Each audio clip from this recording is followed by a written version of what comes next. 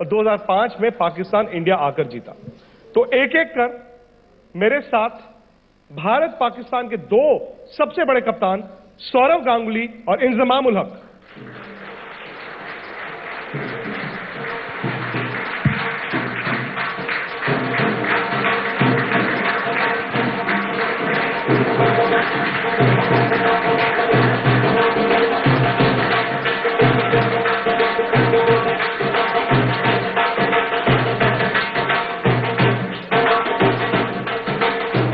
Welcome दादा।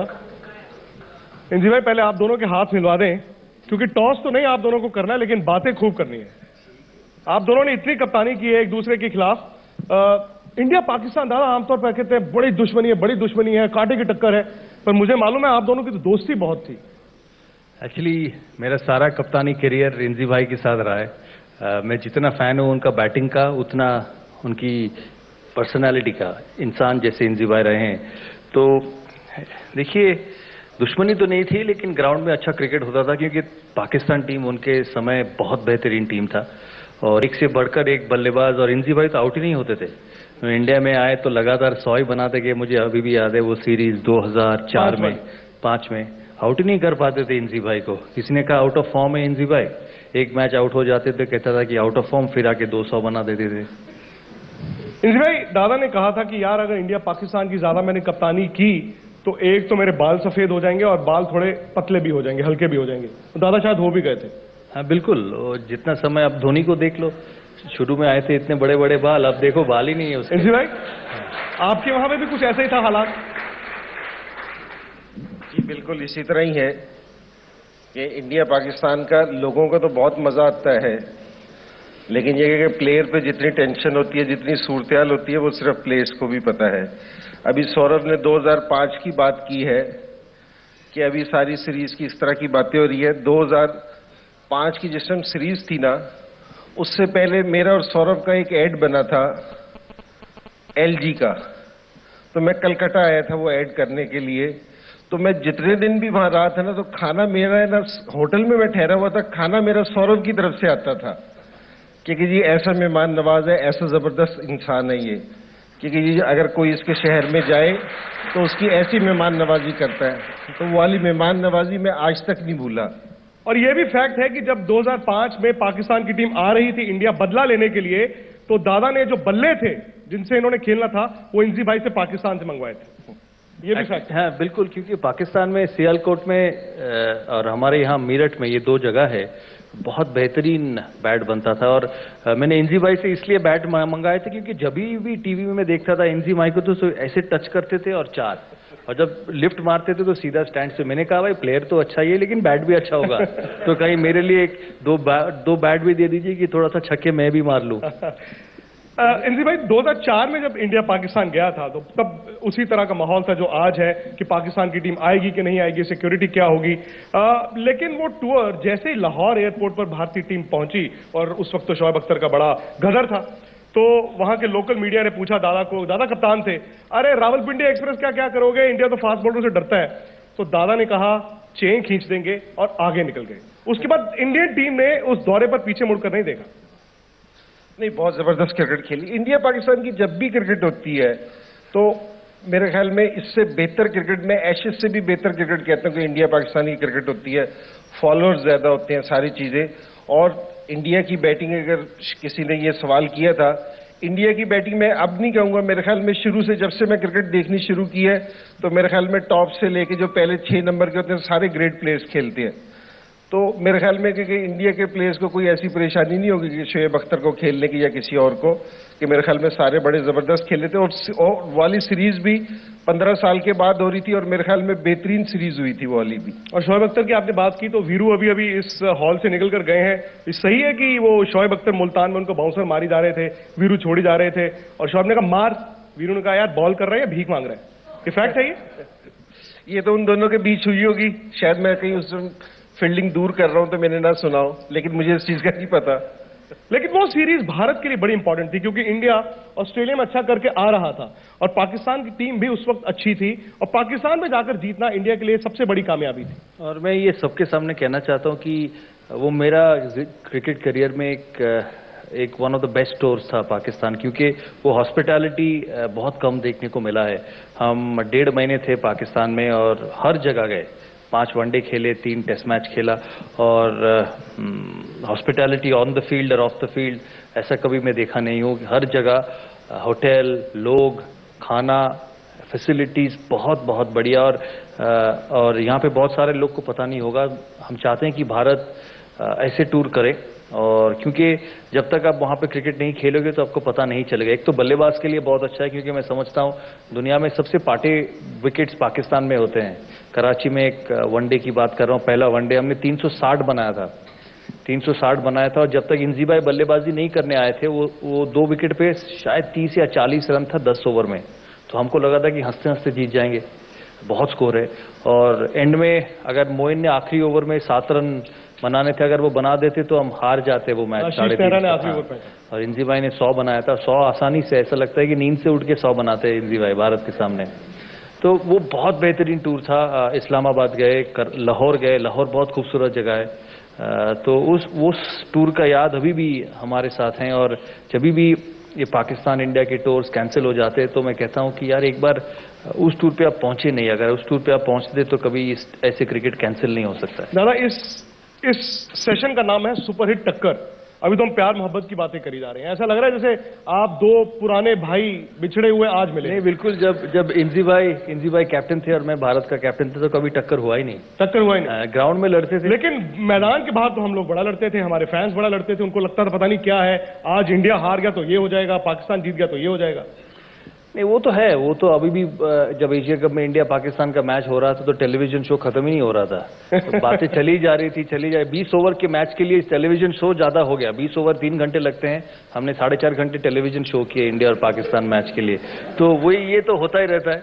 और देखिए, ग्राउंड में तो कम्पिटिटिवनेस होना भी चाहिए। और मैं इंजी भाई को अभी बोल रहा था कि आप अफगानिस्तान का कोच बन के क्या करें, आप पाकिस्तान का कोच बने, बैटिंग कोच, क्योंकि आप पाकिस्तान टीम को इंजी भाई की ज़रूरत है।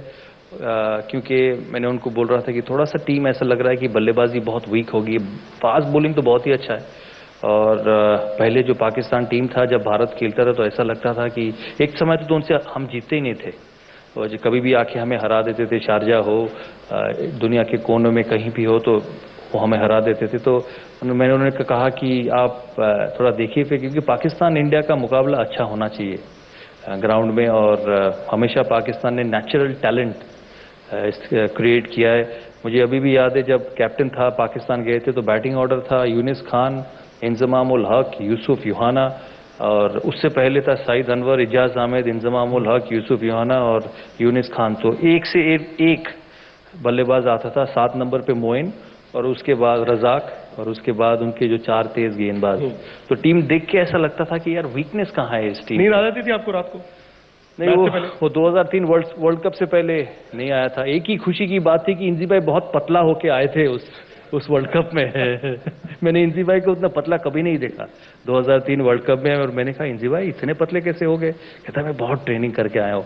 और इंजी भाई के उस वर्ल्ड कप में रन नहीं बने, तो जब भी इंडिया पाकिस्तान मैच होता था तो मैं इंजी भाई को देखता था कि ये पतला हुआ है कि अभी भी भारी है। तो जब भारी होता था तो बहुत स्कोर करता था।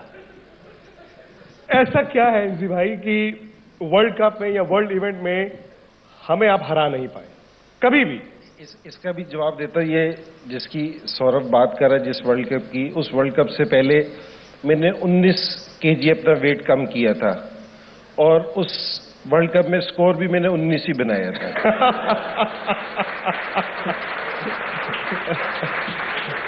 तो उसके बाद से मैंने दोबारा ये वाली कोशिश नहीं की कि जी मैं कोई अपना वेट कम करूं। तो मैंने कहा वेट तो यही होगा, 5-10 किलो कम होगा, स्कोर मैंने कहा इतने बर्दाश्त नहीं होंगे कि 5-10 स्कोर, तो ये वाली चीज़।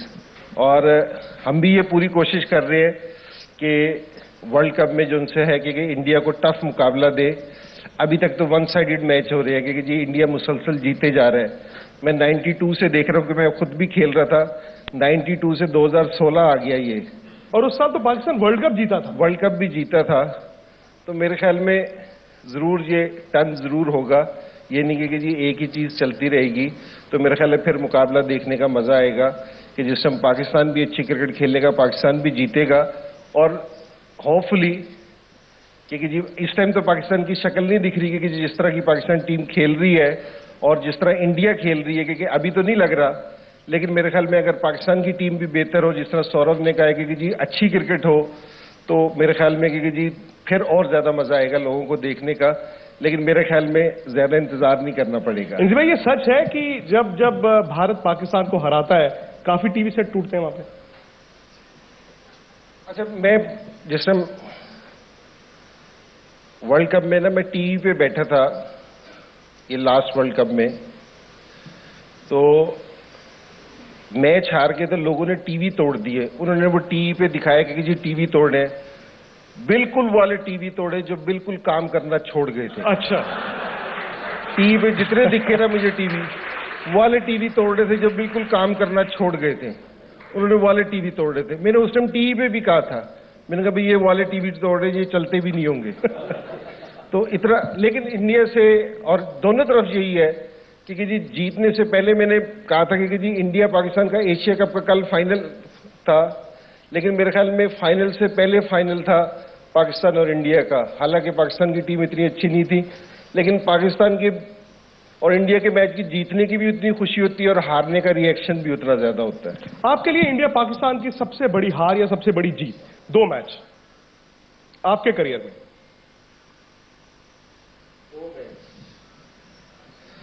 देखिए, इंडिया से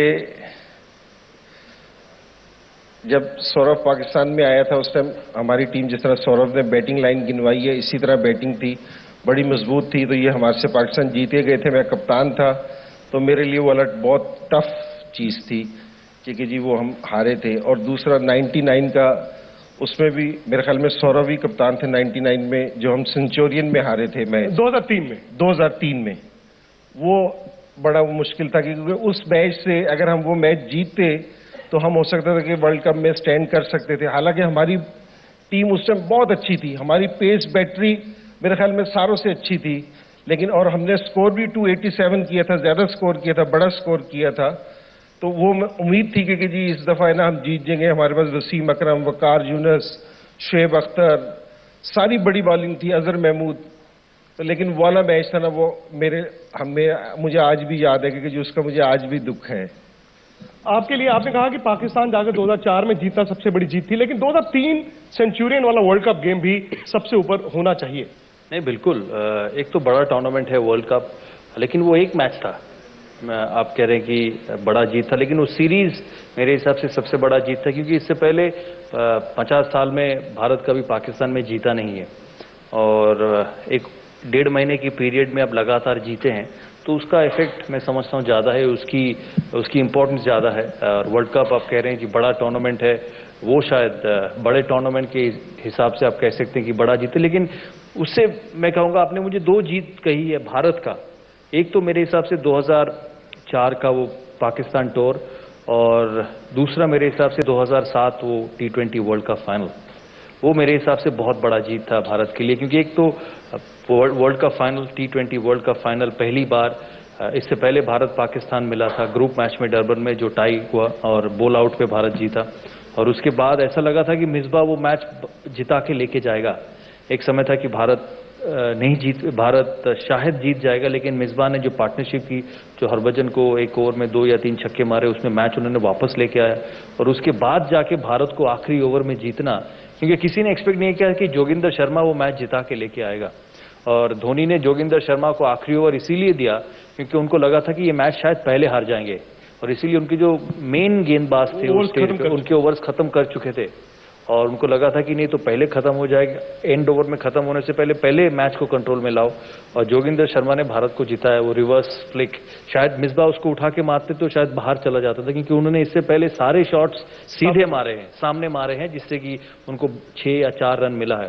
तो मैं समझता हूँ वो बहुत बड़ा जीत है, क्योंकि T20 क्रिकेट को रेवोल्यूशनाइज कर चुका है, और मैं समझता हूँ वो 2007 का जो T20 वर्ल्ड कप था, उससे T20 क्रिकेट की इतनी पॉपुलैरिटी हुई है। मैं आपको बता दूं कि जोगिंदर शर्मा की इन्होंने बात की है, जोगिंदर शर्मा, आरपी सिंह, 2 हीरो उस जीत के, और उनके कोच लालचंद राजपूत भी आज यहां पर आएंगे, एक सेशन उनका भी होगा। ऐसे जीता था वर्ल्ड कप, दोबारा कैसे जीता है ये अब आप बताइए। देखिए दोबारा तो वर्ल्ड कप आप कह नहीं सकते कि दोबारा कैसे जीते यार, ऐसा होगा भी नहीं कि आप, क्योंकि T20 वर्ल्ड कप हर 2 साल में एक बार होता है, तो ऐसा होगा भी नहीं कि आप हमेशा जीते। आजकल तो इतने वर्ल्ड टूर्नामेंट्स होते तो आप भूल ही जाते कौन सा वर्ल्ड कप है, कौन सा T20 है और कौन सा इसीलिए इसे वर्ल्ड T20 कहते हैं, वर्ल्ड कप नहीं कहते। इसीलिए इसको कहते हैं वर्ल्ड T20। और इस बार शायद भारत के पास वो टीम है क्योंकि बहुत अच्छा लगने लगा है टीम। ऑस्ट्रेलिया के जो तीन T20 मैचेस है उससे इस टीम का कंप्लीट चेंज लगा है। उससे पहले एक साल ऐसा लग रहा था कि जीत भी नहीं पाते, साउथ अफ्रीका ने यहाँ हरा दिया, बांग्लादेश में हार गए, कहीं पे भी गए T20 हम हार गए, वनडेज हार गए एक साल। तो सडनली ये ट्रांसफॉर्मेशन हुआ है ये लास्ट 7 या 8 मैच से। मैं समझता हूँ वो टीम है भारत के पास आगे जाने के लिए, होम में भी खेल रहे हैं इन कंडीशंस पे। लेकिन वर्ल्ड कप जीतना तो अलग ही बात होता है, बड़े मैच आपको जीतने पड़ेंगे, सेमीफाइनल जीतने पड़ेंगे। एक खराब दिन हुआ 20 ओवर में तो फिर और वापसी नहीं होती। तो बोलना उतना आसान नहीं होगा कि जीत पाएंगे कि नहीं, लेकिन टीम तो है आगे जाने के लिए। और वीरेंद्र सहवाग ने कहा कि 99% इंडिया, 1% में छोड़ देता हूँ, बरसात हो जाए या कुछ और। वो उनकी बातें उनकी बैटिंग जैसा है, तो सिर्फ चौके और छक्के की सोचते हैं। तो वीरेंद्र सहवाग जब क्रिकेट खेलता था, अगर कहीं वो आउट हो गए और आपके बाजू में वो बैठा हुआ है और आप पैड पहन के बैठे हुए हैं बैटिंग करने के लिए, आपको लगेगा यार क्रिकेट तो इतना आसान है, क्योंकि उधर batsman outside off stump ball छोड़ रहा है, वीरू यहाँ पे बैठ के बोल रहा है कि मार काट, 4 रन मिलेगा। तो ये होता था वीरेंद्र सहवाग। और कभी कभी आप उठ के चले जाते थे, यार तेरा क्रिकेट अलग है, तेरा सोच अलग है, मुझे तो खेलने दे मेरा क्रिकेट।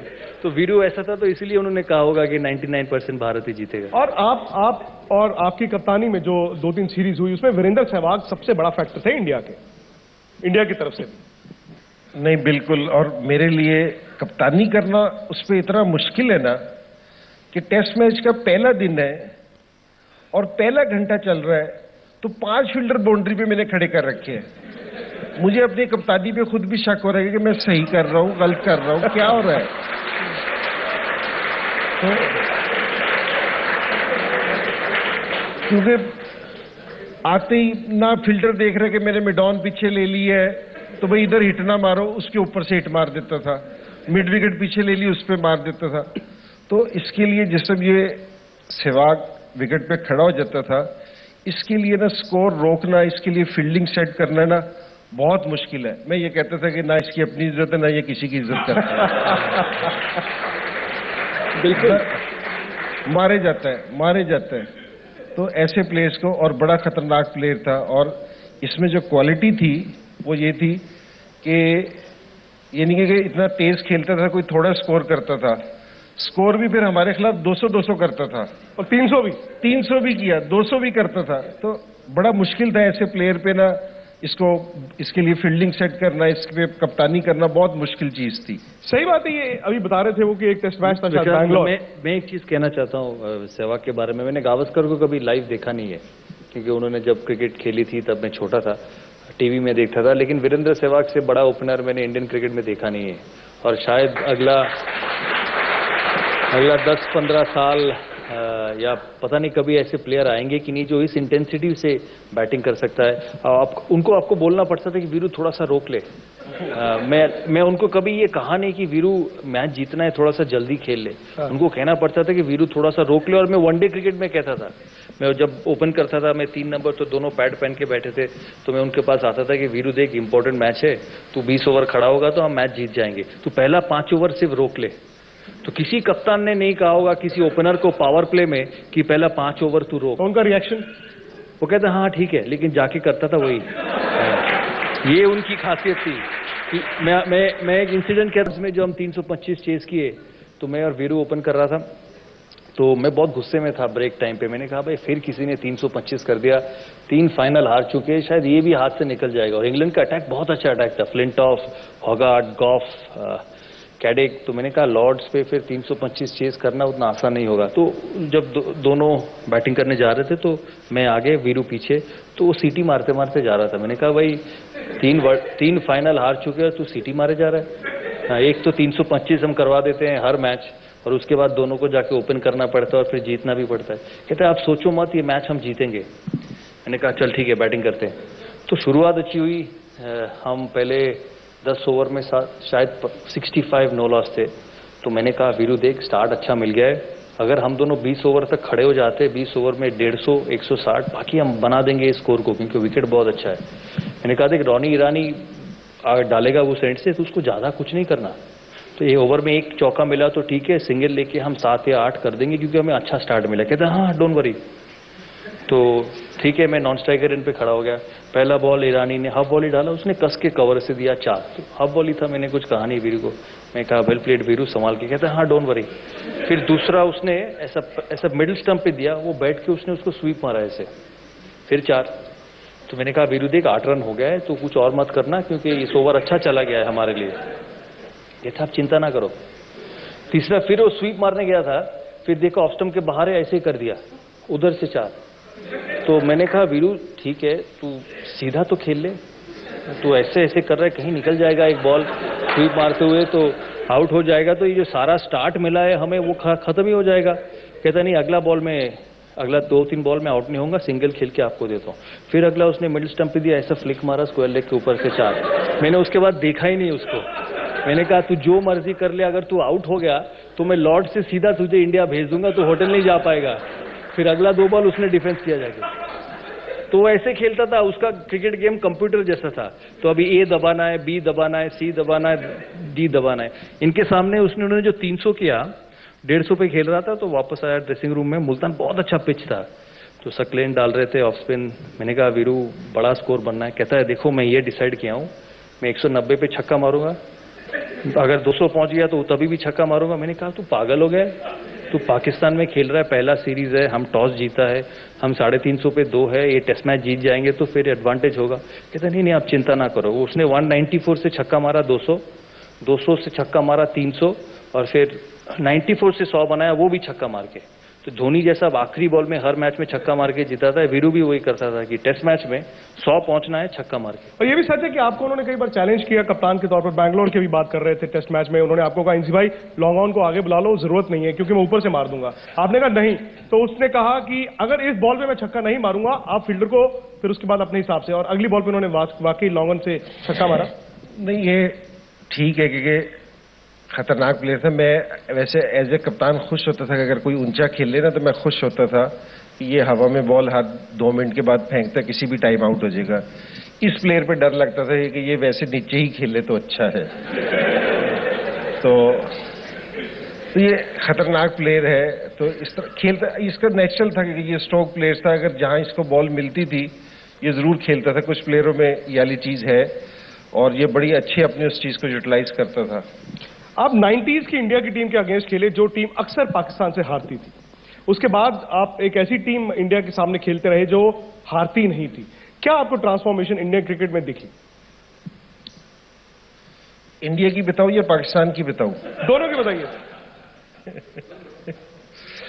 नहीं, इंडिया बड़ी अच्छी क्रिकेट खेल रही है। वो इसलिए कि एग्रेशन बहुत ज्यादा है इस इंडियन टीम में, एग्रेसिव क्रिकेट खेलते हैं। अगर ग्राउंड में देखें ना, एग्रेशन बहुत ज्यादा है, तो ये सारे प्लेयर्स को ना बहुत मोटिवेट करती है। और दूसरी चीज जो फैक्टर है कि सौरभ के जमाने में इंडियन टीम ने जीती थी बहुत ज्यादा। किस लिए? क्योंकि सौरभ ने बहुत लंबे अरसे के लिए कप्तानी की थी, इसलिए जीतनी शुरू हुई थी। आज की टीम में जो सा फैक्टर है ना, वो धोनी का बहुत ज्यादा है। तो कप्तान के नाम पर भी तालियां हो जाए। कल उन्होंने मैच शानदार जिताया, एशिया कप। अगर वर्ल्ड क्रिकेट में देखा जाए, जो इंडिया को सही एडवांटेज है कि जी वो कह रहे हैं कि जी बैटिंग बहुत मजबूत है, बॉलिंग बहुत जबरदस्त है। मैं ये कहता हूं अगर वर्ल्ड क्रिकेट में देखा जाए, जितना इस टाइम एक्सपीरियंस धोनी का है, इतना किसी का भी नहीं है। कि 2007 से लेके 16 तक हर फॉर्मेट में उसने कप्तानी की है। इतना एक्सपीरियंस किसी का नहीं है कि जी प्रेशर सिचुएशन को किस तरह हैंडल करना है, किस तरह टीम को खिलाना है। ये रोल दिखते नहीं है, लेकिन होते बहुत जरूरी हैं। टीम को बहुत ज्यादा तैयार करते हैं।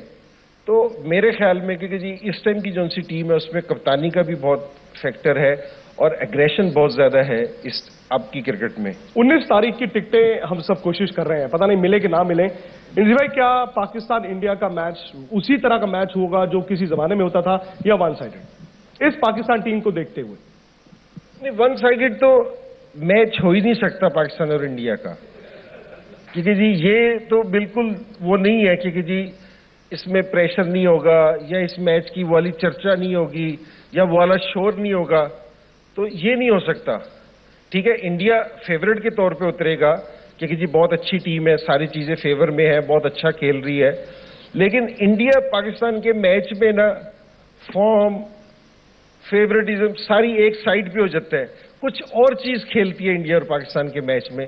तो मैच में चर्चा वही होगी, शोर वही होगा, इंटरेस्ट वही होगा, प्रेशर का लेवल भी वही होगा, सारी चीजें वही होगी। इमरान खान ने कल कहा है कि भारत और पाकिस्तान का जो मुकाबला धर्मशाला में होना है वो पाकिस्तान को आना ही नहीं चाहिए। यहाँ पर जो मौजूदा हालात हैं, जो सिक्योरिटी को लेकर सवाल है, आपको लगता है कि इमरान खान को ये सब कहना चाहिए था कि पाकिस्तान की टीम धर्मशाला ना आए तो बेहतर है? देखिए, कोई अगर कुछ कह दे तो रोका तो नहीं जा सकता, लेकिन मेरा अपना जाती ये ख्याल है कि जरूर आना चाहिए, दोनों मुल्कों के बीच में क्रिकेट होनी चाहिए। और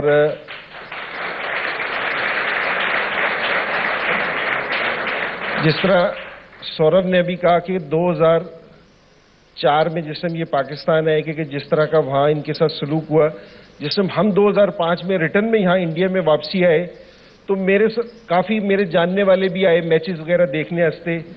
जिस होटल में ठहरे, जिस रेस्टोरेंट में खाना खाया, किसी ने उनसे पैसे नहीं लिए। और मैं तो बार बार शॉपिंग पे जाता था कि जिस शॉप पे शॉपिंग पे चला जाऊं वो पैसे नहीं लेता था मेरे से, तो मैं खुद शॉपिंग पे चला जाता था। मैंने कहा यार शॉपिंग पे जाना है।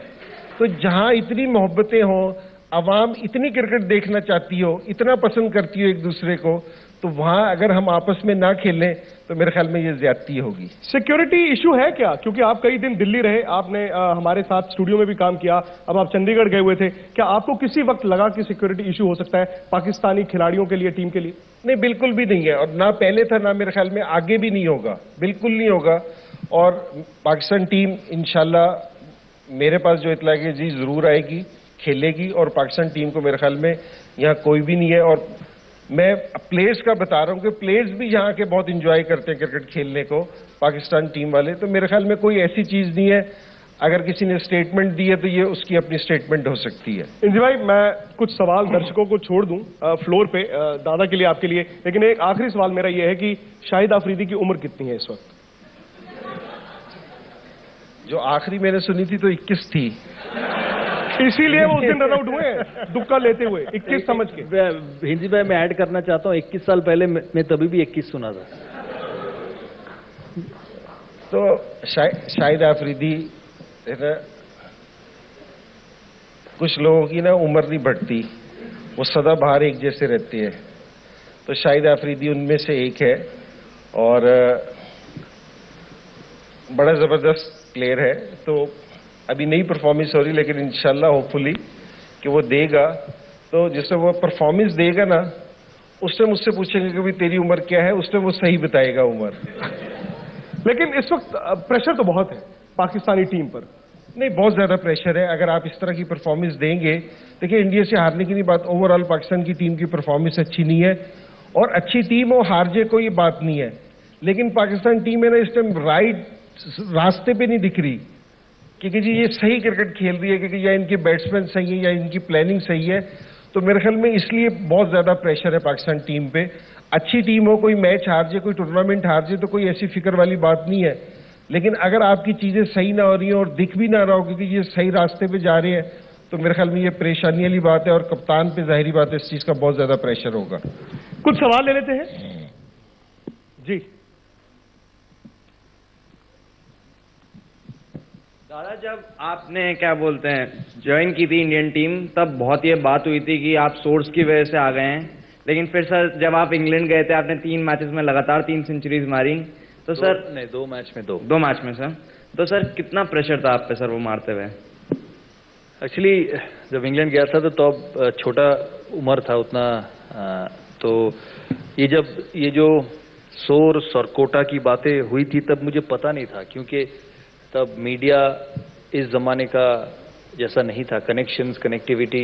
यहाँ पे तो खबर 12 बजे निकला तो 12:05 को पूरी दुनिया को मिल जाता था।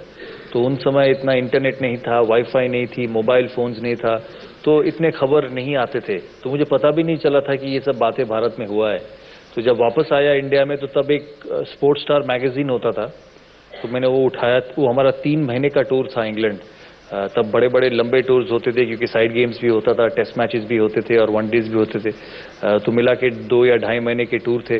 तो जब वापस आया तो मैंने एक दिन एक स्पोर्ट्स स्टार उठा के देखा तो ये कॉलम थी उसमें, और कहीं किसी पास खिलाड़ी ने लिखा था कि शायद ईस्ट जोन से हैं, इसीलिए कोटा सिस्टम में आए हैं। तो जब ये पढ़ा तो तब तो सारा काम हो चुका था, 200 भी बना चुका था, खुद के ऊपर वो कॉन्फिडेंस भी थी कि नहीं इस लेवल पे अब रन बना सकते हैं कंसिस्टेंटली।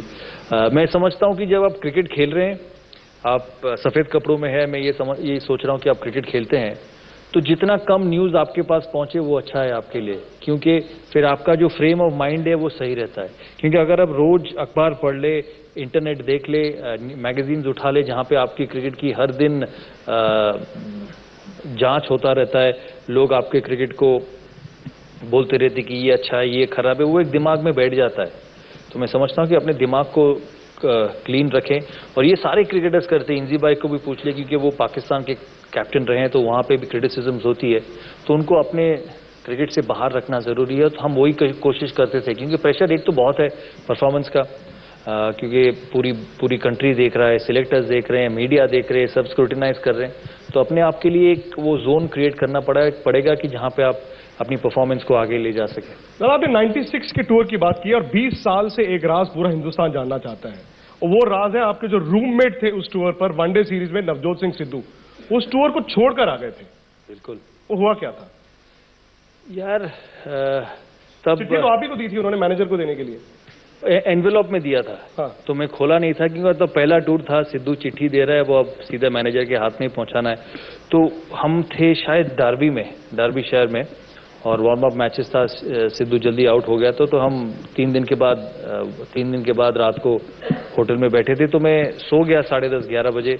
तो बीच में रात को 1 बजे नींद खुला तो देखा सिद्धू टेबल में बैठ के कुछ लिख रहा है, तो मुझे पता भी नहीं था कि वो ऐसे करेंगे।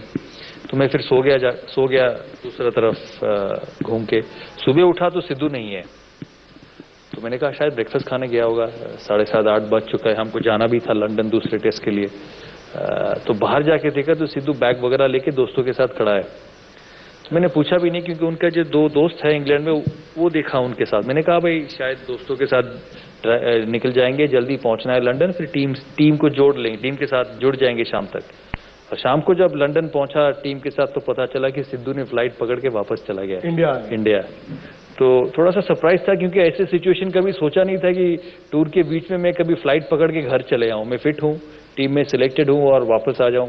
शायद वो खुश नहीं थे किसी बारे में, किसी चीज के बारे में। रन भी नहीं बन रहे थे उनके, वनडे टीम से ड्रॉप हो चुका था। तो शायद ये सब चीजें मिला के उन्होंने सोचा कि यार एक रिवॉर्ड किया जाए, और वापस चले गए।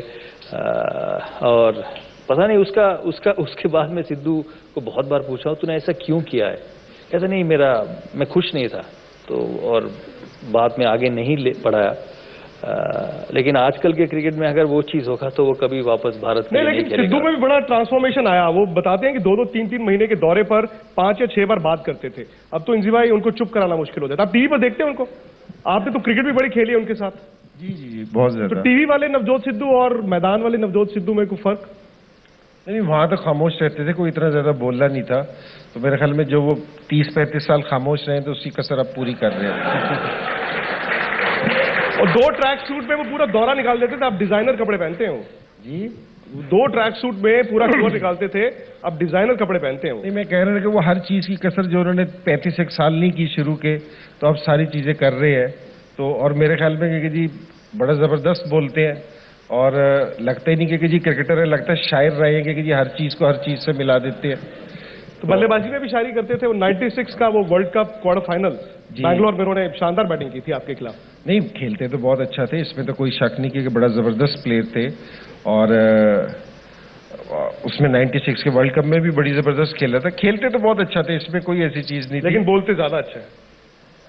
बोलते भी बहुत जबरदस्त हैं। उनके काफी सारे चीजें मुझे याद है कि जी उनको पीछे से मैं और मोइन स्लिप में खड़े होते थे, तो उनको काफी एक छेड़ते थे। तो हमारा एक फास्ट बॉलर था जाहिद, तो कनाडा में खेल रहे थे, तो वो बहुत तेज था, मोहम्मद जाहिद। तो मोइन उनको मुसलसल छेड़े जा रहा था। तो उन्होंने, वो अभी इंडिया ना वेस्ट इंडीज का टूर करके आई थी, तो सिंधु जी ने कहा मैं अभी पूरे कालों को झेल के आया हूं, पूरी काली टीम को, कि वेस्ट इंडीज के उस जमाने में फास्ट बॉलर सारे बड़े मशहूर होते थे। तो मोइन फिर भी छेड़ता जा रहा है, छेड़ता जा रहा है, छेड़ता जा रहा है। तो आखिर में तंग हुए, कहते हैं तू कोई 100 बंदरों का जूस पी के पैदा हुआ है। कोई और सवाल? जी Dada, this is in light of popularity in this country. I would like to know that in the coming future, we'll see you as a BCCI president first, और भारतीय राजनीति में हम आपको पहले देखेंगे। यार फ्यूचर का किसको पता, राजनीति तो नहीं, क्योंकि उसमें मेरा कोई इंटरेस्ट नहीं है। बीसीसीआई प्रेसिडेंट वो बहुत दूर है यार। अभी तो पटरी कलकत्ता से निकली है, दिल्ली कब पहुंचेगा किसी को नहीं पता, और इतने साल रहना भी पड़ेगा, ये उतना आसान काम नहीं है। तो देखेंगे जिंदगी कहाँ जाता है। जी सर, अगर हम 19 तारीख की मैच की बात करें, भारत और पाकिस्तान, ऑब्वियसली बहुत बड़ा मैच है, प्रेशर गेम है। मेरा क्वेश्चन दादाजी और इंजी भाई दोनों से है, आपके हिसाब से 2 की प्लेयर ऐसे कौन होंगे जो भारत या पाकिस्तान को मैच जिता सकते हैं?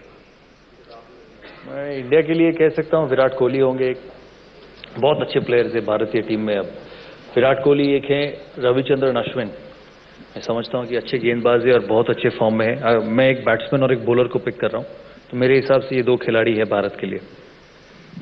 मेरे ख्याल में पाकिस्तान से आमिर है जो मैच पलट सकता है, कि जी उसका सारों को नजर रखनी चाहिए उस पर।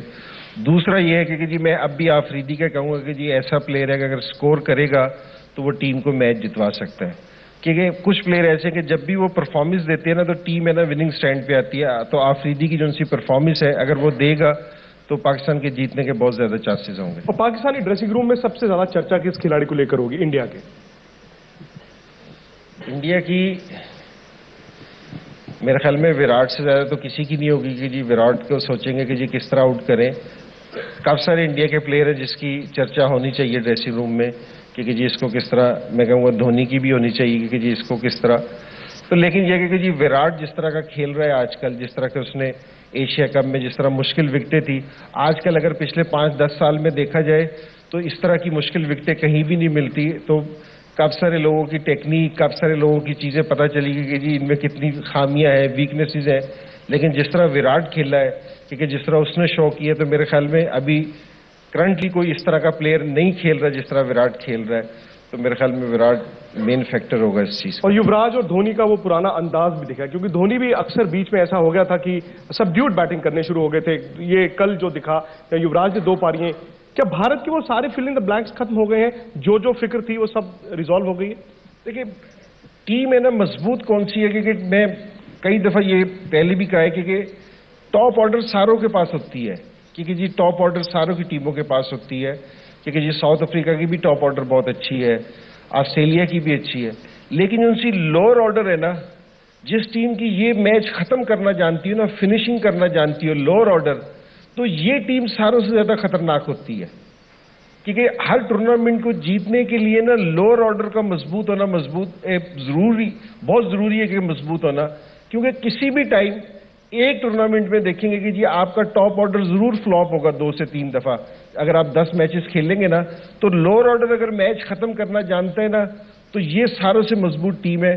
तो मेरे ख्याल में इंडिया की जो सारों से मजबूत चीज है ना, वो ये है कि जिसका लोअर ऑर्डर बहुत अच्छा है, क्योंकि ये मैच खत्म करना जानते हैं। युवराज है, धोनी है, रायना स्पेशली खेलते थे। रायना अब तो 4 पे खेल रहे हैं, वरना पहले 5, 6, 7 पे ये लोग आते थे, तो बड़ा मजबूत ये एक चीज थी। पहली चीज ये है कि जो किसी भी टीम की बैटिंग को मजबूत बनाती है वो ये वाले नंबर है, क्योंकि ये बहुत मजबूत बनाते हैं टीम को जो मैच खत्म करते हैं। दूसरी चीज है कि इंडिया बहुत अरसे से ना 4 बॉलर से खेलता रहा था, और हर मैच में, अगर कल के मैच में भी देख लिया जाए ना, तो अगर आप 4 बॉलर्स के साथ मेन बॉलर से खेलते हैं, एक बॉलर को जरूर मार पड़ती है। कल भी नेहरा ने 3 ओवर में 33 स्कोर दिया था एक बॉलर्स को। तो पहले ही आप 4 रेगुलर बॉलर्स के साथ खेल रहे थे, और फिर उसमें से एक को मार पड़ गई तो आपके पास 3 हो गए, तो आपके लिए स्कोर रोकना मुश्किल हो जाता था। अब ये कि 5 बॉलर्स के साथ खेल रहे हैं, तो ये प्लस पॉइंट है। और फिर एक्स्ट्रा है 5 बॉलर्स के अलावा युवराज और रायना है, क्योंकि जो उनको एक्स्ट्रा बॉलिंग देने वास्ते है। तो मेरे ख्याल में अब जो ये 5 बॉलर्स के साथ खेल रहे हैं ना, तो ये इनका मजबूत पॉइंट है। Good afternoon, everyone. Sir, my question is for Saurabh, sir. Sir, I want to ask you that the type of the bowling that we are seeing from Mohammad Amir, sir, how Indian batsmen will face him in the T20 World Cup? I think he bowled superbly in Bangladesh the first 2 or 3 overs. The best thing about T20 cricket is how good you bowl. You can only bowl 4 overs, and that too in 2 spells. So he'll probably be bowling 2 overs with the new ball and 2 overs at the end. And I think the batting is good enough to handle them, and just play on the merit of the delivery. He'll swing it. He's fast, so you'll have to give him a bit of respect early on with the new ball. And उनका भी खराब दिन हो सकता है, of days जहाँ पे उनका रिदम ना बने, बॉल हाथ से ना छूटे, तो उसको कैपिटलाइज करना बहुत जरूरी है। कोई सिस्टम नहीं होता कि कैसे खेलें। मेरे हिसाब से बॉल के मेरिट के ऊपर से खेले। अगर मारने वाला बॉल मिले तो जरूर मारे, क्योंकि वो अच्छा गेंदबाज है, वो अच्छे गेंद भी करेगा जिसपे आप आउट हो सकते हैं। तो मैं समझता हूँ रन बनाना भी बहुत जरूरी है। कोई और सवाल? जी। मेरा सवाल इंजमाम से है। देखिए, एक टाइम पे आपकी पाकिस्तानी टीम बहुत ज़बरदस्त हुआ करती थी, चाहे वो इमरान खान हो, ज़हीर अब्बास हो, आसिफ इकबाल हो, और आप भी उसमें। लेकिन आज बहुत कमज़ोर, मेरे ख्याल से कमज़ोर तरीन टीम है। मेरे ख्याल से 2 इसके रीज़न है। एक तो टेररिज्म पाकिस्तान के अंदर, और दूसरा आपकी पाकिस्तानी क्रिकेट में बड़ी पॉलिटिक्स है। क्या आप जैसे लोग इसमें कुछ कर सकते हैं कि पहले जैसा जो आपका एक दौर था उसको वापस लाएं? देखिए, जो पहली चीज कही है उसमें तो मैं कुछ नहीं कर सकता। तो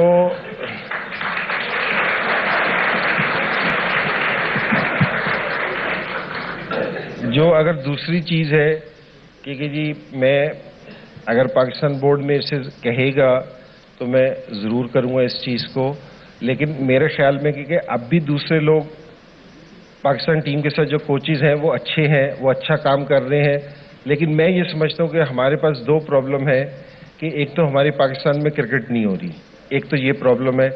दूसरी चीज ये कि सारे मुल्क में इंडिया के जो प्लेयर्स हैं, अभी ये नए प्लेयर भी आ रहे हैं, लेकिन ये वनडे ये T20 क्रिकेट इतने आराम से खेलते हैं कि जी बिल्कुल प्लान के साथ खेलते हैं, बिकॉज ऑफ IPL के कि जी यहाँ T20 के इतने मैचेस होते हैं कि आप इसको सीख जाते हैं। पाकिस्तान में ये वाला टूर्नामेंट नहीं हो रहा था, अब पाकिस्तान में ये लीग शुरू हुई है, हमारे यंगस्टर्स को खेलने का मौका मिलेगा। तो हम इस चीज में पीछे रह गए थे। एक हमारे मुल्क में क्रिकेट शुरू हो जाए, एक हम ये लीग अभी हुई है, एक स्टेप आया है, इंशाल्लाह दूसरा भी आ जाएगा, तो उससे टीम में बेहतरी आ जाएगी। तो मेरे ख्याल में ये 2 चीजें हैं जिसमें अगर पाकिस्तान टीम करेगी तो बेहतर हो जाएगी। और बाकी ये है कि जी मेरे ख्याल में वकार यूनुस लगा हुआ है, मुश्ताक अहमद लगे हुए हैं, ये दूसरे लोग हैं, ये भी बड़े जबरदस्त लोग हैं और मेरे ख्याल में ये काम भी कर रहे हैं टीम के साथ, ऐसी बात नहीं है। तो इंशाल्लाह ये है कि जी जल्दी आप देखेंगे पाकिस्तान टीम जिस तरह लोग पहले सोचते थे, जिस तरह पहले टीम थी, उसी तरह टीम नजर आएगी। जी भाई, हम आपको क्रिकेट खेलते दोबारा कब देखेंगे? दादा तो मास्टर्स लीग खेलते हैं, सारे खेलते हैं, तेंदुलकर भी खेलते हैं, वसीम अकरम भी खेलते हैं, इंजमाम उल हक क्यों नहीं खेल रहे? नहीं, मैं जरूर खेलूंगा। जिस टाइम ये मास्टर लीग हो रही थी उस टाइम मैं अफगानिस्तान के साथ मेरी कमिटमेंट थी, मैं उधर था। और अभी भी ये शारजा में जो हुई है ये वेटरन्स की लीग, उसमें भी मैं अफगानिस्तान के साथ था। वरना मेरे भी ख्वाहिश है कि जी मैं भी क्रिकेट खेल लूँ, कि अपने जिस तरह जिनके साथ मैं पहले क्रिकेट खेलता था उनके साथ दोबारा से क्रिकेट खेल लूँ, तो इंशाल्लाह लोग मुझे देखेंगे दोबारा खेलते हुए। और ये डिपेंड करेगा ना कि आपने भार कम किया है या इसी के साथ खेलेंगे। आपके चौके छक्के उसी पर डिपेंड करेंगे, वेट। अब तो वाले चौके छक्के नहीं, अब तो पहले उस टाइम मैंने सिंगल दुक्के इतने नहीं किए थे, शायद अब वही करने शुरू कर दूं। लंच तो आप दोनों इकट्ठे कर रहे हैं? खाने के बहुत शौकीन है दोनों, बहुत शौकीन है दोनों खाने के। और आपने अक्सर मील्स भी तो टूर्स पे किए होंगे एक साथ? बिल्कुल, बहुत बार, है ना? क्योंकि इंजी भाई के साथ भी मैंने देखा है, ये भी खाने के बहुत शौकीन और दादा तो हैं ही। क्योंकि दोनों का करियर एक साथ चला। इंजी भाई ने तो बहुत पहले शुरू किया था 1992 में, जब उनको वर्ल्ड कप में लिया गया था, और मेरा शुरुआत था 1996 में। तो 2008-2009 तक तो लगातार एक दूसरे के साथ क्रिकेट खेले हैं। बहुत बहुत शुक्रिया आपका। Thank you Vikram. बहुत बहुत शुक्रिया इंजी भाई। Thank you.